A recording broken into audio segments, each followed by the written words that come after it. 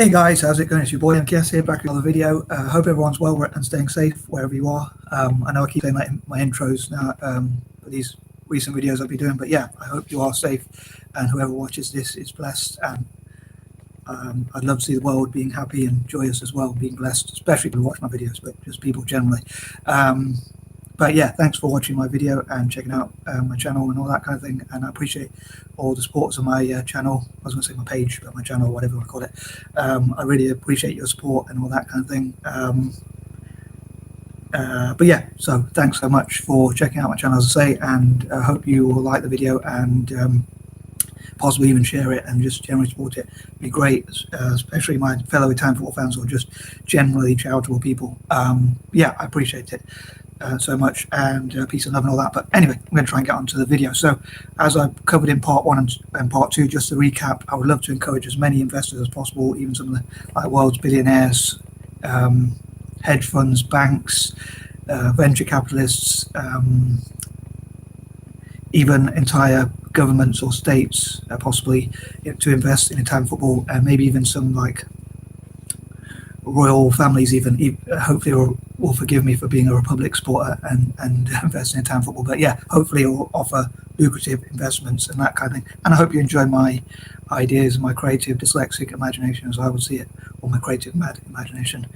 As they say, there's a method to the madness. But anyway, yeah, so I'd love to see, like, as I said before, like Bridgewater and big companies, Amazon and Apple, Tesla, perhaps even competing with each other to invest in. Maybe some will own different Italian teams and compete with each other and see how they can help, see how they can compete against each other, maybe even.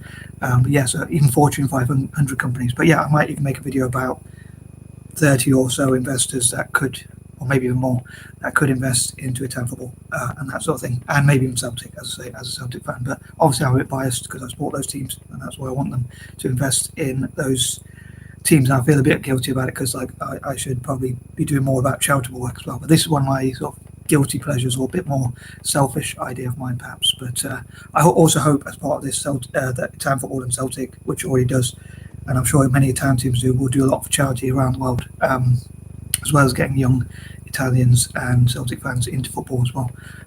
Anyway, so here goes. So here's my list, as I say, continuing on from parts 1 and 2. If you haven't checked them out, please check them out again. I'd appreciate your likes, sharing of the video. Obviously, I appreciate you viewing my video as well, and just any support you can give me, and comments, questions, queries, or anything you want to say. And yeah, so here goes. So number 21, I would love for Italian football to have like an honours list which talks about the people who have helped to make Italian football great again and bring it back, restore it to the glory days of the 90s, where they had some great players, many from overseas, like Ronaldo from Brazil. Before this Portuguese, now there was Ronaldo from Brazil, and many from like Uruguay, Paraguay, Peru, and all over the Americas and Europe and Africa, even like George Weah, and players like that. So Italy's had great players from overseas as well. Some of the Italian players themselves, like Roberto Baggio and people like that. So those were the glory days, and hopefully those could be restored. As I said before, like I'd love to see, just to recap that idea, I'd love to see, which I talked about in part 2, I think, and probably in part 1 as well. I'd love to see a mixture of both older players being brought from overseas, perhaps as well, and like transfers and all that, but also investing in the academies. And I'd love to see Italian football teams and Celtic having academies and football supporters clubs, fan clubs all around the world, all over Asia, Africa, Europe, the Americas, basically the 4 corners of the world, all 7 continents or whatever, however many continents. So I think there's 7. Geography is not my strength, but anyway, yeah. So I'd love to see that sort of thing, and again bringing back the glory days. And maybe there could be a list of the top 10 or 20, 30, 40, or even 100 or even 1,000 different companies, governments, and individuals, and like, especially the top 10. Obviously, if you reach the top 10, that would be really cool, and like that can increase. Sorry, your PR, trying to speak properly. So yeah, I would encourage hopefully companies to do that, to bring back the glory days of Italian football. So again, I'd love to hear what you think about each of these ideas, but and how those glory days could be brought back. I think a lot of it is financials, because money money talks quite a lot in football nowadays. Obviously, there's huge transfer fees and things like that. But another thing, I think there should be a lot of investment in the youth academies and infrastructure in Italy and around the world, and in Celtic Park and around the world as well, which will help people in developing countries as well, which might make me feel a bit better about my selfish ideas. But again, I think that'd be great to invest in, as a fan of Italian football and the national team. I think it'd be great to invest in young players and academies, which again will help to reduce having to buy players from overseas, and also those players could be sold on. And the other thing is, I think the Italian government should offer tax incentives for investing in those areas to help people get into football, as well as like in schools and things like that. Anyway, I think I've covered that point in fair detail. But number 22, again, I'd love to for Italian teams and Celtic again to learn what they can learn from every other possible team and league, especially domestic leagues, but also especially leagues domestic, but also national teams and possibly even other sports and businesses about how to attract investment and how to be business-like, and hopefully that will lead to success on the field. Because I think the main thing is obviously winning trophies. This is all about trying to build things that will eventually lead to trophies. Some of them, as I say, transfer, signing up the best players, but also, as I say, also investing in the youth. But all those things I talked about, bringing those investments in, is to eventually have success on the field and bring trophies. I think that's what fans really care about, much more than whether we have a wealthy owner or anything like that. And that's all sort of superficial stuff. But I know even trophies kind of are, but they are actual success, which is tangible, which you can look at. So I love to see Italian teams like do well in the Champions League, Europa League, and even in the World Club Cup and things like that, or just generally in European and international football. So that's what it's about to me, as well as the national team, as I say, about generally bringing in these investors to obviously get those trophies. Number 23, again, I think it'd be great to see maybe even a list of the top politicians in Italy who could use it, and maybe even Italian voters could remember who has contributed to Italian football the most in terms of like offering tax incentives or funding to build parks and places where kids can play football. So again, they can improve for the future, again, practice, and also like be given footballs, football boots, kits and things like that, and basically opportunities to play as much football as possible and practice, and keep fit and things like that, which will help with the health as well.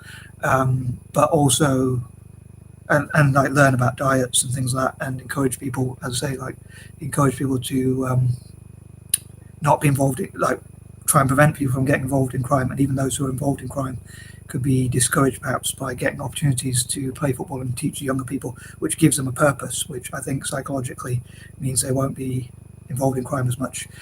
Hopefully, maybe I'm being naive, as I said before, but in some way, other points. But again, I'd love to hear what you think, whether you think that's workable. Could you cut crime through football and things like that, and tackle hooliganism as well in football itself, and like bring people together through football, and also like, again, older people to teach younger people, which gives them a purpose, which will hopefully give them a purpose in life, which keeps them out of trouble, and that sort of thing. Number 24, again, I think it'd be great if Italians in Italy especially, and even from the diaspora, maybe even just as much from the diaspora, got behind the team and it united Italians as much as possible through football, and improve relations with the rest of the world, and like have diplomacy. COVID stopped a lot of my plans, which I had, a lot of my dreams, which at the time. So I hope in the future people will be able to travel and play football, and like that would help Italians to practice more, and again go to different countries like India and China, and improve relations through football, where like companies like Tata or Reliance Industries or Alibaba from China, or even, as I say, the Chinese government and the Indian government, like, and the FAs of each of those nations work with the Italian FA and Italian politicians to cement relations through football. I know it's a bit of a quirky idea again, but hopefully it can be achieved somehow. But yeah, like, so Italians help them to practice, and they help Italians to practice, so improve each other's games by practicing more, as well as the theory side, also the practical side, so getting both sides. But yeah, practicing as many hours as possible, at least an hour a day, or maybe many hours, as many as possible, I'd say, including in schools and parks, and parents to encourage their kids to play football and things like that. And I think, like with Italy winning the Euros, hopefully people will see how good that makes so many Italians feel. So hopefully that will encourage them to want to improve even further, so that they can get that good feeling in the future. Number 25, again, I think it'd be great to have competitions like the Republic Cup, which brings republics together and like helps them to play football together and things like that, where they can network as well. Number 26, I think it'd be great if Italian football did fundraisers to reparate some of the countries Italy's invaded, like Ethiopia, Tunisia, Eritrea, and places like that, like providing them with business support and technology, and just supporting them politically and financially as much as possible through, like, as I say, raising money through football and donate that money to those countries. Number 27, again, I think it'd be great to have like the Italian football Walk of Fame and Hall of Fame and Wall of Fame as well, which acknowledges the top X number of contributors, financial contributors in this case, to Italian football, as I say, whether that's politicians, businesses, local businesses, international businesses, or whatever, where they could compete to contribute the most, and that could be the pride of their business as well, something their business itself can be proud of or leave a legacy. And also they could compete with each other, which is, they're quite competitive, but also they can improve their PR and that sort of thing as well. So honouring and awarding sponsors and investors and owners of football teams.